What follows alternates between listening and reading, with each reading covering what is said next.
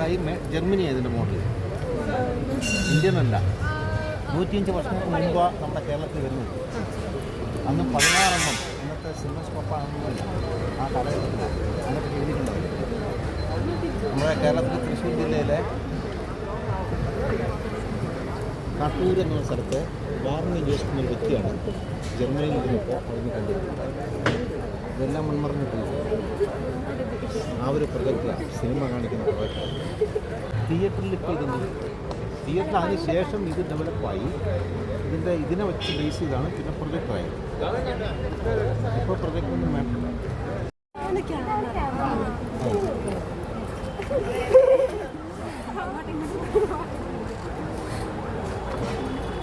Thank you.